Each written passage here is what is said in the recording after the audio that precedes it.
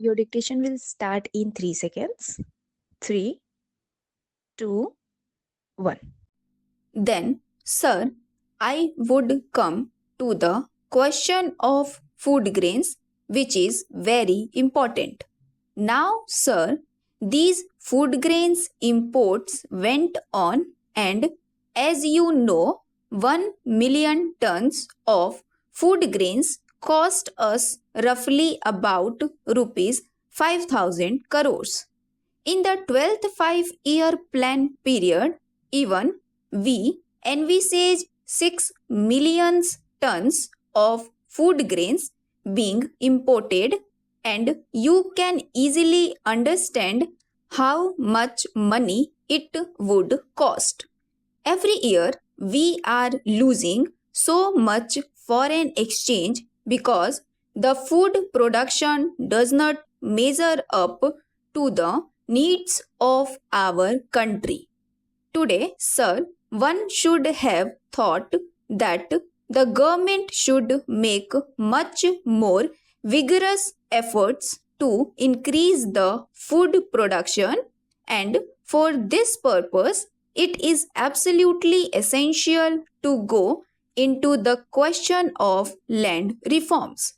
Unless and until land is distributed among the peasants, especially among the poorer sections of agricultural laborers and peasants, you can never turn the corner.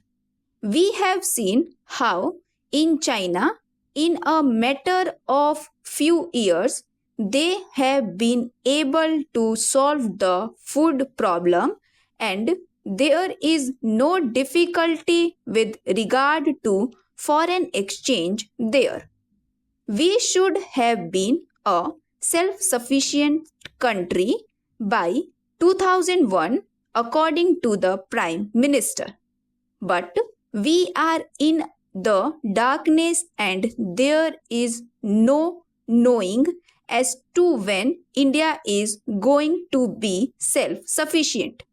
Our manpower and other resources are so abundant that it is quite possible by a little reorganization of our agricultural and land relations that we can turn the corner. Here again, sir, we are losing. Therefore, sir, the foreign exchange position has to be viewed from the angle of our entire economy. The crisis today has come about in that way. Then again, sir, our balance of payments position has been deteriorating year after year. It is no use trying to tell that it is not so.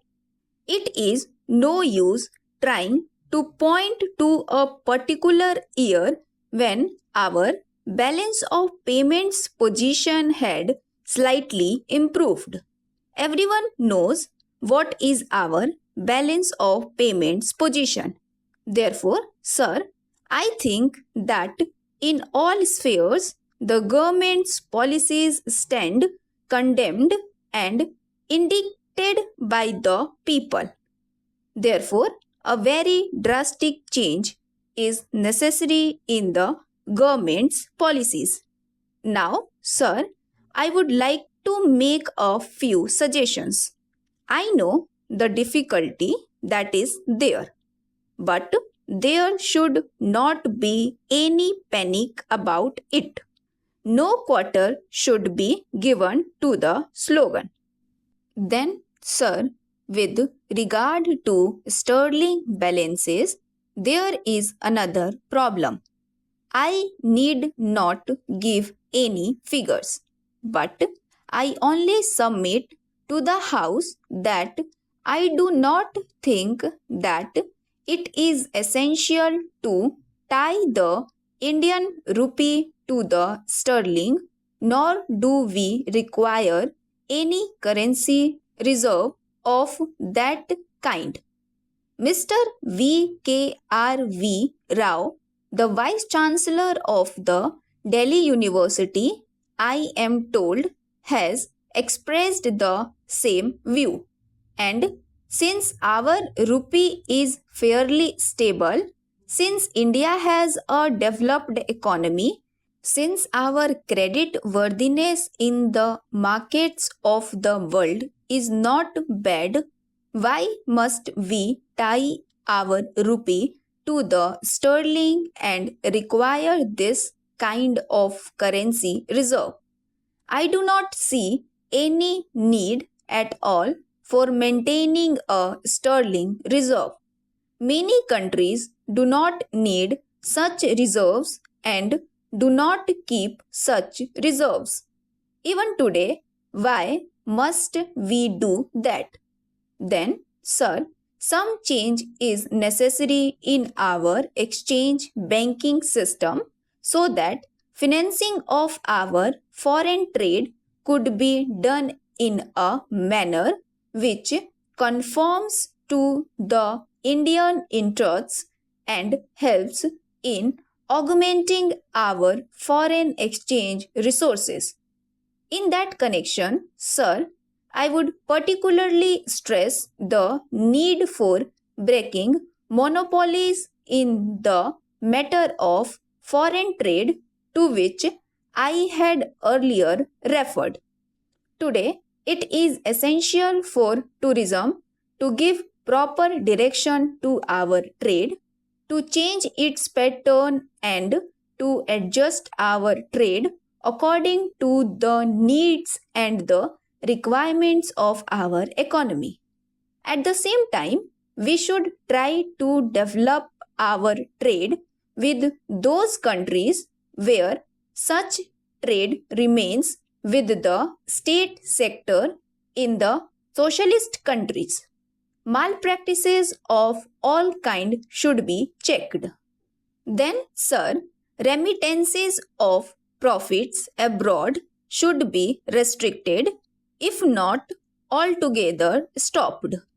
Every time that we make this suggestion, we are told that that will frighten away the foreign investor. We do not want other capitalists from abroad should come and invest money in our country and exploit cheap labor and make profits. All that we want is that loans should be obtained, if possible, at the government to government level so that we can meet the needs of our economy. That is how things should be viewed. Therefore, I say that we can certainly stop these remittances abroad and turn them to the use of the nation for developing our country's economy. After all, economic reconstruction of Egypt is not paralyzed and broken because President Nasser has taken over the Suez Canal. We have the example of Egypt, which by nationalizing the Suez Canal and inflicting a blow upon the British and French interests, has assured the rapid development of her economy.